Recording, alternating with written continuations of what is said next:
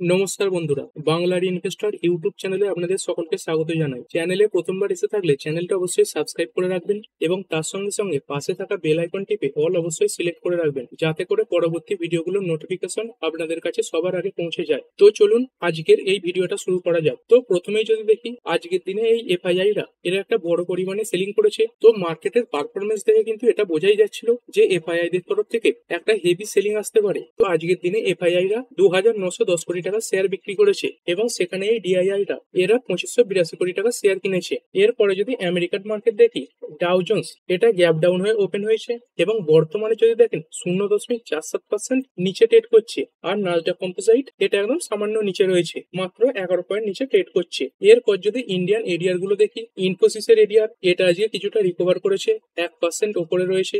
উইপ্রো এটা 0.36% নিচে। এইচডিএফসি ব্যাংকের এডিআর এটা 1% ডাউন হয়েছে। আইসিআইসিআই ব্যাংকের এডিআর এটা 0.27% ডাউন। যাত্রা অনলাইন এটা 0.65% বাড়া রয়েছে এবং যদি দেখি ডক্টর রেড্ডি ল্যাব এটা 1.18% নিচে ট্রেড করছে। আর আজকের দিনে তো দেখতেই পেলেন মার্কেটে একটা বড় প্রেসার তৈরি হয়েছে এই আইটি কোম্পানিগুলোর কারণে। ডোনাল্ড ট্রাম্প H-1B ভিসার উপরে যে ফি বাড়িয়ে দিয়েছেন, তার কারণেই কিন্তু এই আইটি কোম্পানিগুলোর উপর বড় প্রেসার দেখা গেছে। এবং এর সঙ্গে সঙ্গে যদি কথা বলি, আরো একটা কারণ কিন্তু সামনে আসছে। তো রিপোর্টের মাধ্যমে এই খবর সামনে আসছে, আউটসোর্সিং এর উপর 25% পেনাল্টি কিন্তু বসানো হতে পারে। তো এই আউটসোর্সিং এর মানে কি? দেখুন, আমেরিকার অনেক কোম্পানি রয়েছে যারা ভারতের বিভিন্ন কোম্পানিকে দিয়ে কাজ করায়। তো রিপোর্টের মাধ্যমে এই খবরটা সামনে আসছে যে এরকম একটা নিয়ম আসতে চলেছে, যেখানে এই আমেরিকান কোম্পানিগুলো যদি বাইরের কোনো দেশে তাদের কাজ পাঠায় বা বাইরের দেশ থেকে তাদের কাজ নিয়ে আসে, তাহলে সেই সমস্ত কোম্পানিগুলোর উপর 25% কিন্তু একটা পেনাল্টি বসবে। আর এই ভারতের বহু আইটি কোম্পানি এই আমেরিকার হয়ে কাজ করে। তো যদি এই 25% পেনাল্টি বসিয়ে দেওয়া হয়, তাহলে কিন্তু আমেরিকান কোম্পানিগুলো আর বিদেশ থেকে তাদের যে কাজ সেটা নেবে না, বা বিদেশেও তাদের যে কাজের অর্ডার সেটা দেবে না। মানে লোকাল যে মানুষরা রয়েছে তাদেরই হায়ারিং করতে হবে। এবং রিপোর্টের মাধ্যমে এই খবরটা সামনে আসছে, এই যে নিয়ম এটা 2026-এর 1 জানুয়ারি থেকে লাগু হয়ে যেতে পারে। তো এরপরেও যদি কোনো কোম্পানি এই নিয়ম না মানে বা বাইরের দেশ থেকে কাজ করিয়েও এই 25% পেনাল্টি না দেয়, তাহলে কিন্তু তাদের উপর একটা বড় পরিমাণে পেনাল্টিও লাগানো হতে পারে। তো দেখতে পাচ্ছেন H-1B ভিসার খবরের পাশাপাশি আরো কিন্তু একটা নেগেটিভ নিউজ মার্কেটে ঘোরাফেরা করছে। এরপরে যদি কথা বলি ভারত সরকারের কথা, তো এই ভারত সরকারের একটা যে ডিপার্টমেন্ট রয়েছে, দেখতে পাচ্ছেন এই দীপম সেক্রেটারি, মানে দীপমের যে সেক্রেটারি রয়েছেন, তিনি কি বলেছেন দেখুন, this investment target of Rs 47,000 crore to be surpassed. তো এই দীপম এই জিনিসটাই কি এবং তার সঙ্গে সঙ্গে ডিস ইনভেস্টমেন্ট এই জিনিসটাই বা কি? তো এই যে দীপম এর যে ফুল ফর্ম সেটা হচ্ছে department of investment and public asset management. মানে সরকারি অনেক কোম্পানি রয়েছে, তো সেসব কোম্পানিগুলোকে পাবলিকে আনা এবং তার সঙ্গে সঙ্গে সেসব কোম্পানিতে বিভিন্ন ইনভেস্টমেন্ট, তারপর কোম্পানিগুলো থেকে ডিস ইনভেস্টমেন্ট এবং যে বিভিন্ন অ্যাসেট থাকে সেটা ম্যানেজমেন্টের কাজ এই যে দীপম এরা করে থাকে। তো এর সেক্রেটারি কি বলছেন যে এই ফাইন্যান্সিয়াল ইয়ারে 47,000 কোটি টাকার ডিস ইনভেস্টমেন্ট করা হবে। তো এই ডিস ইনভেস্টমেন্ট এই জিনিসটা কি? দেখুন, আমরা মার্কেটে কিন্তু অনেক সরকারি কোম্পানি দেখতে পাই, যেগুলোকে পিএসইউ কোম্পানিও বলতে পারেন। যেমন এখানে কিছু নাম দেখতে পাচ্ছেন, ভেল, তারপরে ভারত পেট্রোলিয়াম, তারপরে সেল রয়েছে, অয়েল ইন্ডিয়া।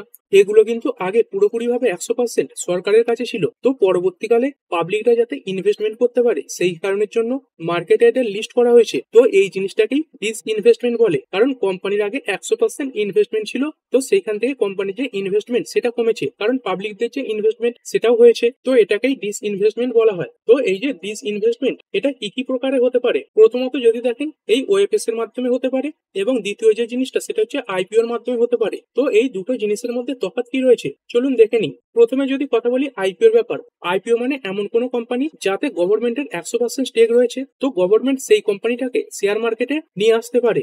এবং এই ডিস ইনভেস্টমেন্টের আরো একটা উপায় রয়েছে, সেটা হচ্ছে ওএফএস বা অফার ফর সেল। মানে এমন কিছু কোম্পানি যেগুলো অলরেডি শেয়ার মার্কেটে এসে গেছে এবং তারপরেও গভর্নমেন্ট সেগুলো থেকে তাদের যে স্টেক সেগুলো বিক্রি করবে। তো আইপিও এর ব্যাপারটা তো বুঝতেই পারলেন, নতুন যে কোম্পানি সেগুলো মার্কেটে আসবে, মানে অনেক গভর্নমেন্ট কোম্পানিকে কিন্তু মার্কেটে আসতে দেখতে পারেন। এবং যদি ওএফএস এর কথা বলি, তো ওএফএস এ গভর্নমেন্ট যে কোনো কোম্পানি শেয়ার বিক্রি করতে পারে। তবে এই ওএফএস এর সম্ভাবনা কোন কোম্পানিগুলোতে বেশি থাকে? যেই কোম্পানিগুলোতে গভর্নমেন্টের হোল্ডিং 75% এর বেশি রয়েছে। কারণ দেখুন, সেবির এই নিয়মটা রয়েছে যে মার্কেটে কোনো কোম্পানি এলে 3 বছরের মধ্যে তার যে প্রমোটার, আর এই ক্ষেত্রে গভর্নমেন্ট, তাদের স্টেক 75% এর নিচে নিয়ে আসতে হবে। তবে কিছু কিছু বড় কোম্পানির ক্ষেত্রে ছাড়ও দেওয়া হয়, যেমন এলআইসির ক্ষেত্রে 10 বছরের ছাড় দেওয়া রয়েছে। তো এরকমই যদি কিছু গভর্নমেন্ট কোম্পানি দেখেন, এখানে দেখতে পাচ্ছেন এই মাঝগাঁও ডক শিপ বিল্ডার্স। তো এখানে দেখতে পাচ্ছেন প্রোমোটার এদের কাছে কত পার্সেন্ট স্টেক রয়েছে, 81%, মানে 75%-এর বেশি রয়েছে। আর এর প্রোমোটার কারা দেখতে পাচ্ছেন, প্রোমোটার লিস্টে নাম দ্য প্রেসিডেন্ট অফ ইন্ডিয়া, মানে সরকারের একটি কোম্পানি। এবং সরকারের যেহেতু এই 75%-এর বেশি স্টেক রয়েছে, তো সরকার এই ধরনের কোম্পানিগুলো থেকে তাদের যে স্টেক সেটা বিক্রি করতে পারে। তো এই লিস্টে আরো অনেক কোম্পানি রয়েছে। যদি দেখি এই IRFC, এটাও দেখতে পাচ্ছেন গভর্নমেন্টের কাছে 86% স্টেক রয়েছে। তো গভর্নমেন্ট কেন বললাম, এখানে তো প্রোমোটার লেখা রয়েছে। তো যদি প্রোমোটার লিস্ট দেখেন, এখানেও দেখতে পাবেন প্রেসিডেন্ট অফ ইন্ডিয়া। তারপরে যদি দেখি LIC,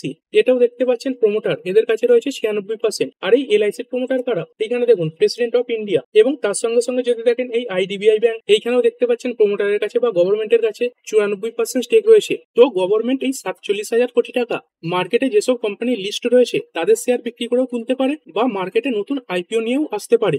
আর এক্ষেত্রে আপনার কাছে যদি কোনো গভর্নমেন্ট কোম্পানি থেকে থাকে বা PSU কোম্পানি থেকে থাকে, তাহলে এই লিস্টটা অবশ্যই চেক করবেন যে সেখানে গভর্নমেন্টের 75%-এর বেশি স্টেক রয়েছে কিনা। তো এই 75%-এর বেশি স্টেক থাকলে OFS আসার যে সম্ভাবনা সেটা অনেকটাই বেড়ে যায়। আর এই যে OFS, সেটা কিন্তু কিছুটা ডিসকাউন্টেই হয় এবং শর্ট টার্মে সেসব কোম্পানিতে প্রেসারও পড়ে। এমন অনেক OFS হয় যেগুলো 8 থেকে 10% পর্যন্ত ডিসকাউন্টে হয়, এবং সেই সময় শেয়ারগুলো কিন্তু 8 থেকে 10% পর্যন্ত পড়ে যায়। আর এরপরে কথা বলবো মুহূর্ত ট্রেডিং এর ব্যাপারে। তো যদি দেখেন এই সামনের মাসে 3টে ছুটি রয়েছে। এখানে দেখতে পাচ্ছেন অক্টোবর 2 একটা ছুটি রয়েছে, তারপরে অক্টোবর 21 ছুটি রয়েছে। তো এই অক্টোবর 21 এই দিন কি জন্য ছুটি রয়েছে, এই দিন কিন্তু কোনো শনিবার রবিবার নয়। এই দিনটা ছুটি রয়েছে এই কারণের জন্য, এই দিওয়ালি এবং তার সঙ্গে সঙ্গে লক্ষ্মী পূজন রয়েছে। তো এই দিওয়ালি বা লক্ষ্মী পূজন এটা যে দিনেই পড়ুক না কেন, যদি মার্কেট ওপেনের দিনে পড়ে তাহলে মার্কেট সেদিন বন্ধ থাকে।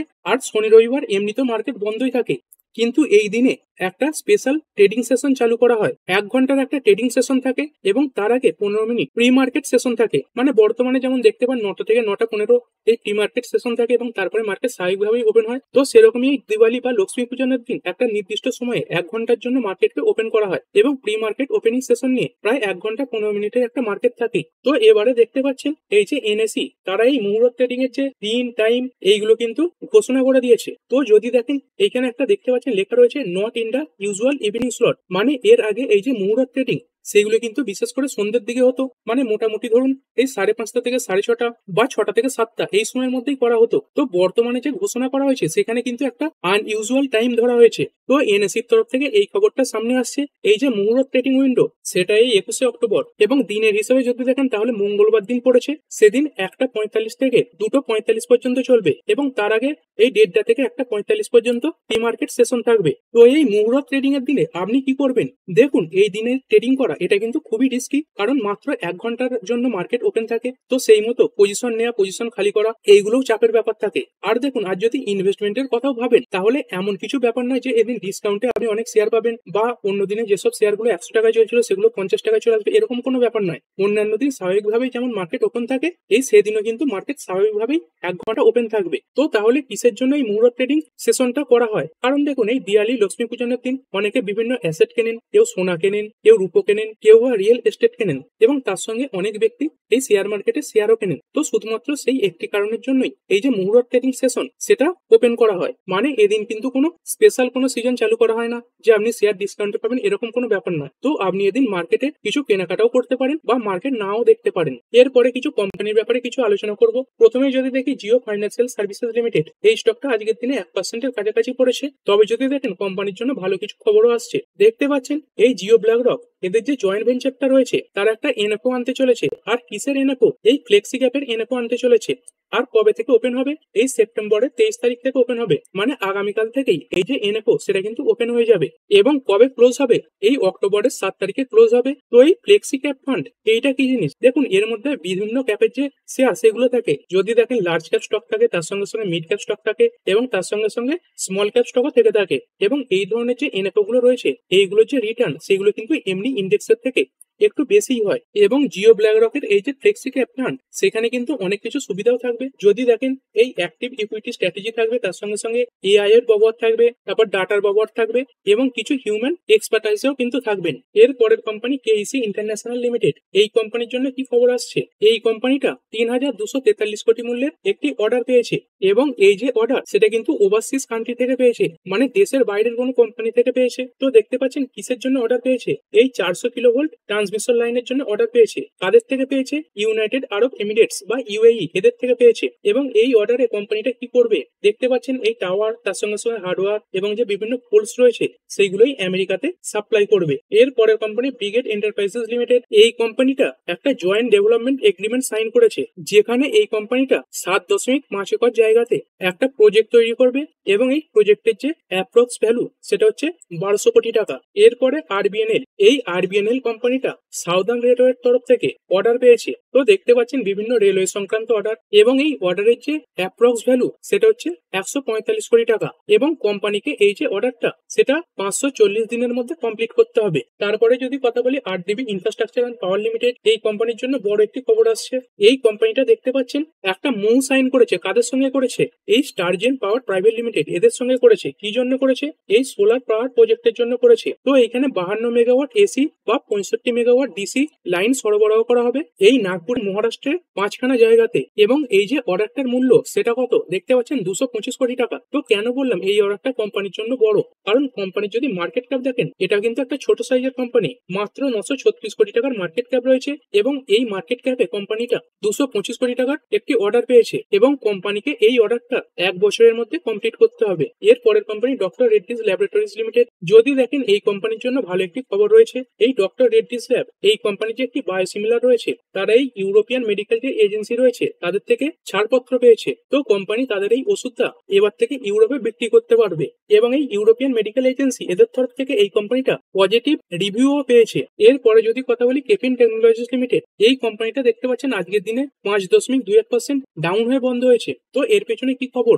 যদি দেখেন রিপোর্টের মাধ্যমে এরকম একটা খবর সামনে আসছিল যে কোম্পানির প্রমোটার এই জেনারেল অ্যাটলান্টিক, তারা প্রায় 10 থেকে 15% স্টেক বিক্রি করতে পারে, এবং রিপোর্টের মাধ্যমে এই খবরটাও সামনে আসছিল এই যে ডিল হবে সেটার মূল্য হতে পারে এর আগের দিনের ক্লোজিং প্রাইসের 5 থেকে 8% নিচে। তো এই কারণেই স্টকটাতে আজকে 5%-এর কাছাকাছি পতন দেখা গেছে। যদিও পরে কোম্পানি এই যে রিপোর্ট সেটাকে ডেনাই করেছে, মানে কোম্পানি বলছে এই যে খবর সেটা মিথ্যা। আর এর পরের কোম্পানি জেবিএম অটো লিমিটেড, এই কোম্পানিটা এই দুবাই বেসড ফার্মের সঙ্গে পার্টনারশিপ করেছে। কি জন্য? কারণ এই যে ইউএই রয়েছে এইখানে কোম্পানিটা ইবাস লঞ্চ করবে। এই দুবাই বেসড এই যে কোম্পানি আল হাবতুর মোটরস, এদের সঙ্গে এই পার্টনারশিপ করা হয়েছে। কি জন্য? এই নেক্সট জেনারেশন ইলেকট্রিক বাস এই ইউএই এর মার্কেটে নামানোর জন্য। আর এরপরে কিছু ইকোনমিক ডেটা দেখে নেবো। যদি দেখেন ইন্ডিয়ান রুপি ডলারের এগেনস্টে 88.31 কাছে চলছে, এবং আজকের দিনে এই রুপি কিন্তু হঠাৎ করেই বড় পতন দেখিয়েছে। তারপরে যদি কথা বলি গোল্ড, গোল্ড তো একদম অল টাইম হাইয়ের কাছেই চলছে, 1,15,000 কেও ক্রস করে ফেলেছে। তো এই কলকাতায় 10 গ্রাম 24 ক্যারেট গোল্ডের দাম 1,15,375 টাকায় চলছে। আর এরপরে যদি দেখি বিটকয়েন, বিটকয়েনে দেখতে পাচ্ছেন আজকে কিন্তু একটা 60 পতন লক্ষ্য করা গেছে, এবং এই সময় যদি দেখেন প্রায় কিন্তু 1.5%-এর কাছাকাছি এক ধাক্কায় পড়েছে। তো দেখতে পাচ্ছেন কিছু ভয়ের কারণে প্রায় $200 বিলিয়ন ক্রিপ্টো সেল হয়েছে। আর কি কারণে? এই বিটকয়েন মার্কেটে ভয় দেখা গেছে। তো দেখতে পাচ্ছেন এরকমই কিন্তু খবর সামনে আসছে। এই আমেরিকার যে সেগ রয়েছে বা সিকিউরিটিজ অ্যান্ড এক্সচেঞ্জ কমিশন, তারা এই বিটকয়েন এবং ক্রিপ্টো এক্সচেঞ্জ এই ক্ষেত্রে কিছু নিয়ম পরিবর্তন করতে পারে। তো এই খবর সামনে আসার পরেই এই বিটকয়েনে আজকের দিনে কিছুটা পতন দেখা গেছে। আর এরপরে যদি ক্রুড অয়েল দেখি, ডব্লিউটিআই ক্রুড এটা 0.61% নিচে রয়েছে, এবং ব্রেন্ট ক্রুড এটা 0.66% নিচে। আর ভিডিও শেষে আমেরিকান মার্কেট একবার দেখে নেবো। তো দেখতে পাচ্ছেন ডাউ জোন্স বটম লেভেল থেকে অনেকটাই রিকভারি করে ফেলেছে, প্রায় 0.55% রিকভার করেছে, এবং এর আগের দিনে ক্লোজিং প্রাইসের কাছে ট্রেড করছে। আর যদি নাসডাক কম্পোজিট দেখি, নাসডাক কম্পোজিট এটা কিন্তু আজকের দিনে অনেকটাই রিকভার করে ফেলেছে। এর আগের দিনে ডোনাল্ড ট্রাম্পের H-1B ভিসার যে খবরটা এসেছিল, তারপরে এই নাসডাকের অনেক স্টক পড়েছিল, কিন্তু সেইগুলোতে আজকের দিনে রিকভারি দেখা গেছে, এবং সেই কারণের জন্যই দেখতে পাচ্ছেন নাসডাক কম্পোজিট এটা এই মুহূর্তে 0.29% উপরে ট্রেড করছে। তো ঠিক আছে বন্ধুরা, আশা করছি ভিডিওটা আপনাদের ভালো লেগেছে। আপনি চাইলে এটাকে লাইক এবং শেয়ার করতে পারেন। আর শেয়ার মার্কেট সংক্রান্ত ডেইলি নিউজ আপডেট পেতে চ্যানেলটা সাবস্ক্রাইব করে রাখবেন, এবং পাশে থাকা বেল আইকনটি টিপে অল অবশ্যই সিলেক্ট করে রাখবেন, যাতে পরবর্তী ভিডিওর নোটিফিকেশন আপনার কাছে সময় মতো পৌঁছে যায়। আর হ্যাঁ, ভিডিওটি শুধুমাত্র ইনফরমেশন এবং এডুকেশনাল পারপাসের জন্য বানানো হয়েছে। আমি সেবি রেজিস্টার্ড নই, তাই কোনো প্রকার শেয়ারে কোনো প্রকার বাই, সেল, হোল্ড বা অ্যাভারেজ করার কোনো সিদ্ধান্ত নেওয়ার আগে আপনার যে ফাইন্যান্সিয়াল অ্যাডভাইজার আছে তার সঙ্গে অবশ্যই আলোচনা করবেন। দেখা হচ্ছে পরের ভিডিওতে। ধন্যবাদ।